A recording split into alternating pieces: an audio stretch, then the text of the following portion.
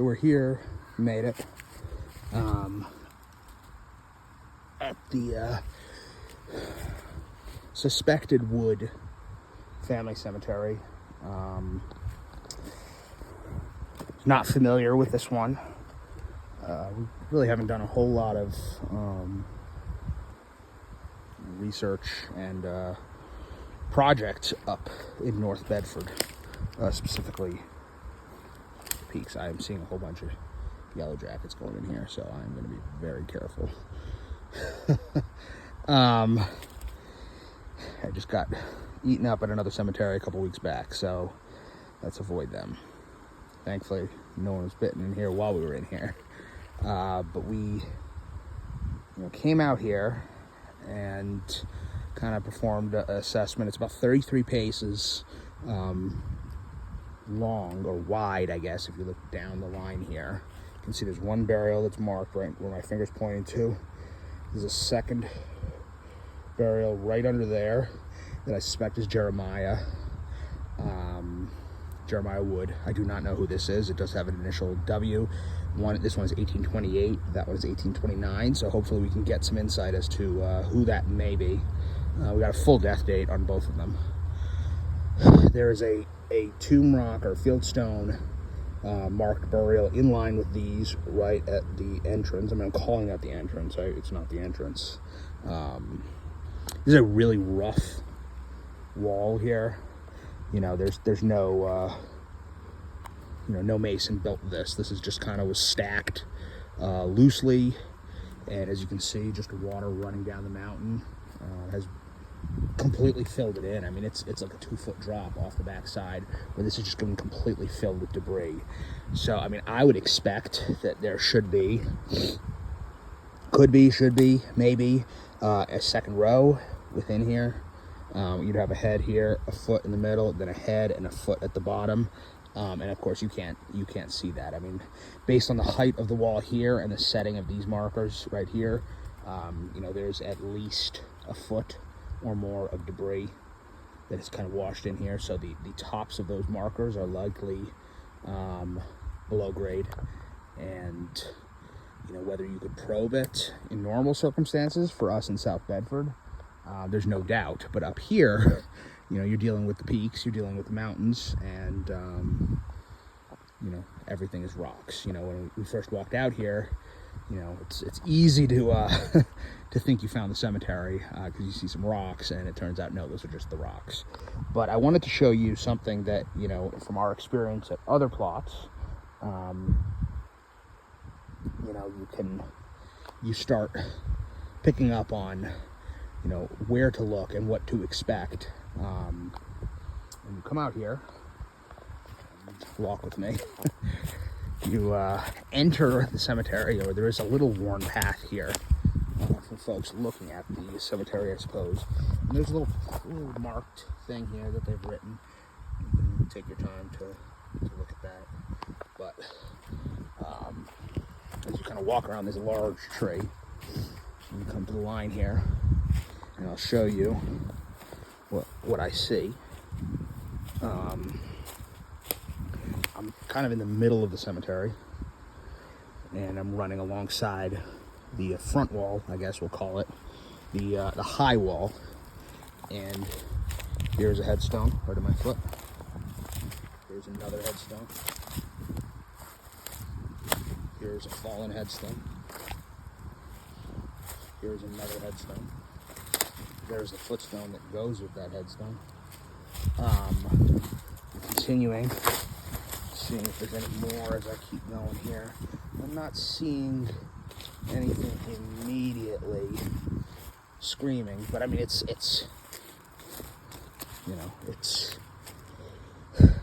one thing that you will find. So here's another row below it. So as I pointed out, we have a headstone right there, as you can see, a footstone right there. We come down a row here, and that's almost assuredly a headstone. We kind of look for, oh, no, I'm sorry, it may not be. So take that back. Where is the one back here? There's another one back here that we located. But you can kind of tell that,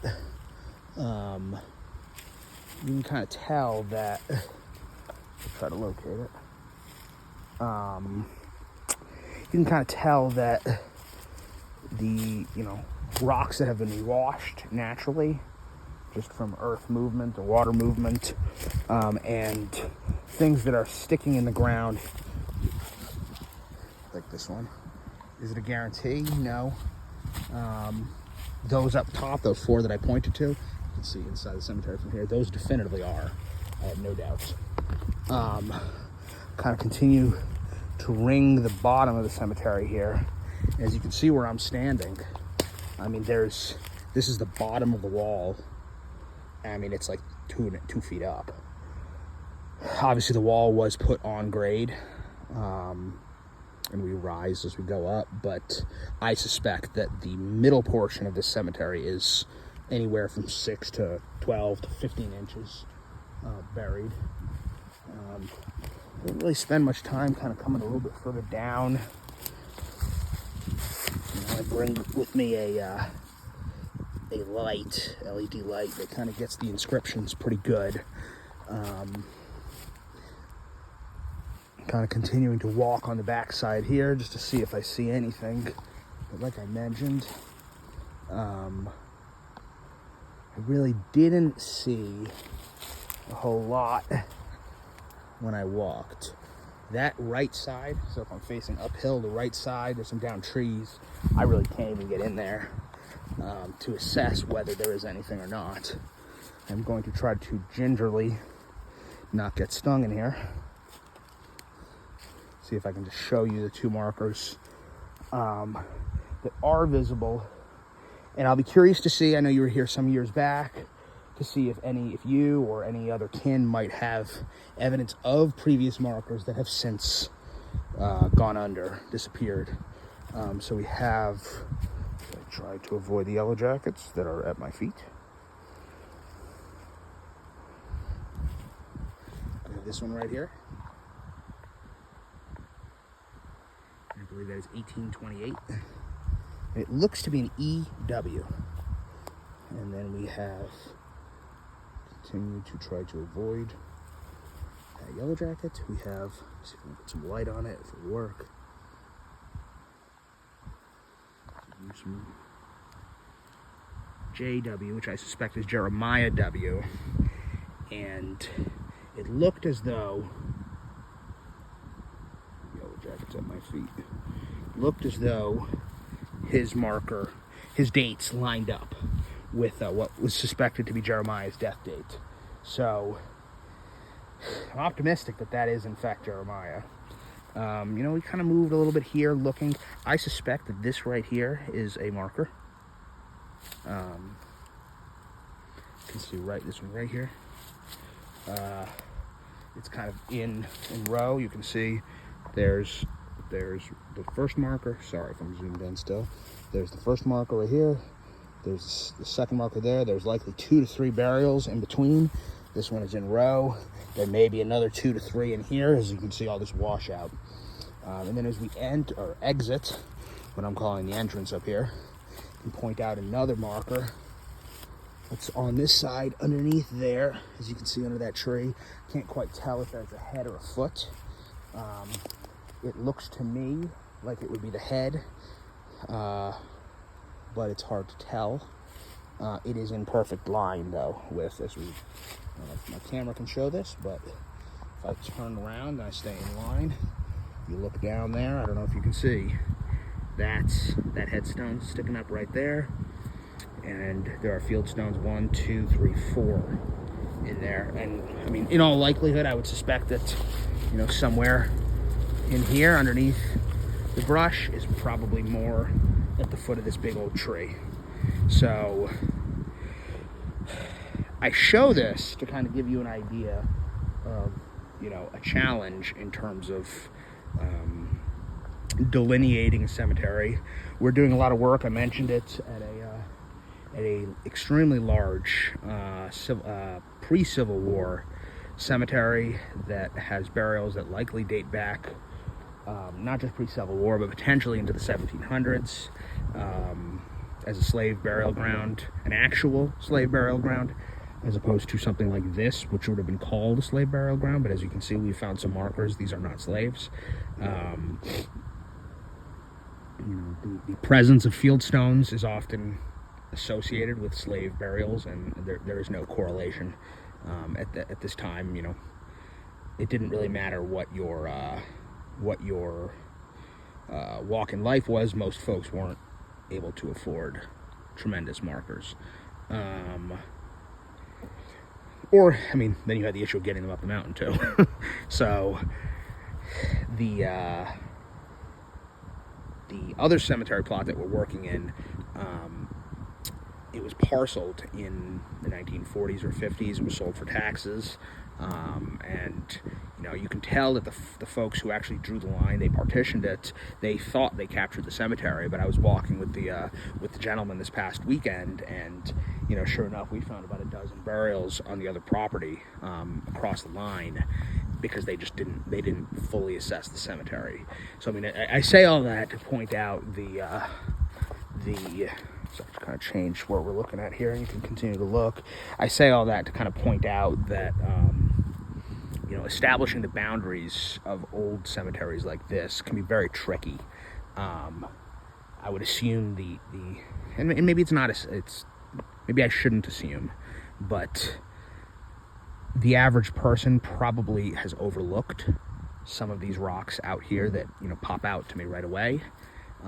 Because that's the first thing, my wife's here with me. The first thing she went to look for was, where else are there burials outside of the wall? And sure enough, we quickly found them immediately outside. The cemetery that I've been describing, that I've been working on, the former slave cemetery, the lands were eventually inherited by the actual slaves, and it continued on with burials as recent as 20 years ago. It just sprawls. So you think you come to the end, and then you look up and you see, oh, wait a minute, there's 40 more. So, I'm kind of coming here, and we've quickly expanded the top of the cemetery and the right side and the left side by at least a handful of burials. So kind of delineating where the cemetery is, and whether the folks here in the National Park Service or whatever even know that those are burials outside of it. I don't know. So that's just something to think about, is kind of establishing, where, how big is this plot? This one has some unique challenges that others don't have, perhaps, in that it's on a mountain. And this may be, like I said, we haven't done a whole lot in the peaks, and this may be more typical up here, but this would be a very poor location in the grand scheme of burials, burial locations, cemetery locations, just because of what has happened here, where the ground, the water has unfortunately welled up.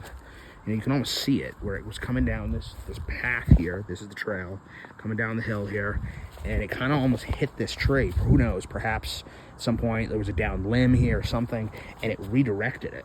You can see it becomes flat here where the water was running, and kind of is just running right on into the cemetery. And this may have happened 150 years ago already. I don't know. Unfortunately, you can see the rock wall here, which could have been buttressed, could have been serving as a buttress to kind of hold back the earth, hasn't really held back anything. There's still height here, but where I'm standing, it is crested over the entire wall. It has pushed some of the wall in, potentially, likely, onto markers, and then filled in the whole plot before it, pours on out over. So, it would be wild to see what this looks like in a heavy rainstorm. My suspicion is it's this cemetery fills with water, and a channel runs through it. So that's just some thoughts as I kind of come up here. As I mentioned, we're going to do a little bit of research on it. The more plots that we've surveyed, and as we do the research on the folks who are associated with the plot, with the land, with the family, we've kind of gotten to a point in southern Bedford where we often loop into folks who we've researched already, in looking at this last night before we came up here, we really haven't done a whole lot of you know, the northern Bedford dualies or woods. I actually did just reset a woods marker. I think her name is Melinda Woods. She married a St. Clair, Austin St. Clair. He was a CSA soldier. I reset her marker 2 weekends ago. I don't know how she relates, if at all. But, yeah. So hopefully this is kind of helpful thoughts. I mean, I'm just kind of looking around here. You can see all the way up to the trail. We got the creeper that we see kind of everywhere at cemeteries. You know, it continues, not really on this, a little bit over here too, but it continues over here. I'm just going to walk a little bit further. So somewhere in there is that other marker that I was able to show you. I'm just trying to see if you can see anything else from up here. You can see it gets a little bit denser through here. But that's a good, I'm glad we located it. A good initial visit. You can see this enormous tree, a second enormous tree, another enormous tree. Sometimes we'll try to use those as guides, perhaps. I mean, these trees probably date to contemporaneous to those burials in there. You know, and oftentimes they may have been left around cemeteries to kind of demarcate boundaries, or not. You know, it kind of, there's, you know, I've kind of rotated back here, and there's that headstone that I'm talking about all the way over here. You can see the distance from the main plot. This cemetery, to kind of give a little bit, another kind of reference point, reminds me a little bit of another one that we've investigated a little bit. We haven't been able to get too far in research, but which is in the Smith Mountain Lake State Park, and it is similar in age. There are a handful of inscribed markers that are located, and dozens and dozens and dozens of non-inscribed fieldstones. It has been labeled a slave cemetery per their thing. I don't really have any evidence that it is. I also don't have any evidence that it's of who it is, of who specifically these folks are. If I remember correctly, the last name was Payne. But it reminds me of some of the plots in there in terms of kind of the haphazard burials on the outside of a kind of nicer rock wall. These folks could be, I've seen them referred to in some, you know, descriptions, surveys of cemeteries as we buried the slaves outside of the cemetery. Again, I am skeptical of that often. You know, I think a lot of times it might be a specific branch of the family. We oftentimes see, you know, folks who marry in to the family having their own kind of section within a greater cemetery. But I wouldn't make the assumption one way or another. You know, I kind of use the light. I was hopeful that we'd find something with writing on it on the outside. We did not. You know, that's the only way to really definitively say anything. But, yeah, you know, it wouldn't surprise me to come out here and, you know, once this vegetation has died down, to find additional burials 20 or 30 feet away. I would be more prone to believe that those could be slave burials, or they could just be other folks. You know, in southern Bedford, we have instances of more things like tenant farmers, stuff like that, folks who lived on the land, farmed the land, didn't own the land, and, you know, had to have a place to be buried too, and often are buried in the same general area, but not in the actual plantation owner's cemetery. You know, so those things we see there, I don't really know how that correlates to North Bedford. Obviously, you know, a very different agricultural economy was going on up here. So just some thoughts. It took us a minute. We came the wrong direction. We went up the path, past the amphitheater, and then this is apparently I don't know, a tenth of a mile from the road here, so it's not that bad of a hike. But I'll conclude this here. It's been 20 minutes. Hopefully we can do a little bit more research and maybe come to some more ideas, thoughts, conclusions. You know, it eats me up knowing that in there is almost assuredly additional inscribed markers. I mean, we'll encounter plenty of cemeteries that don't have any, unfortunately, inscribed markers. I mean, that one that I mentioned right now, I've located many funeral markers. I've even dug up a marble marker, but the field stones, I'm yet to encounter a single one that is inscribed, and there's, you know, 100 plus burials. And in all likelihood, a big part of that is literacy. Slaves, former slaves, not literate.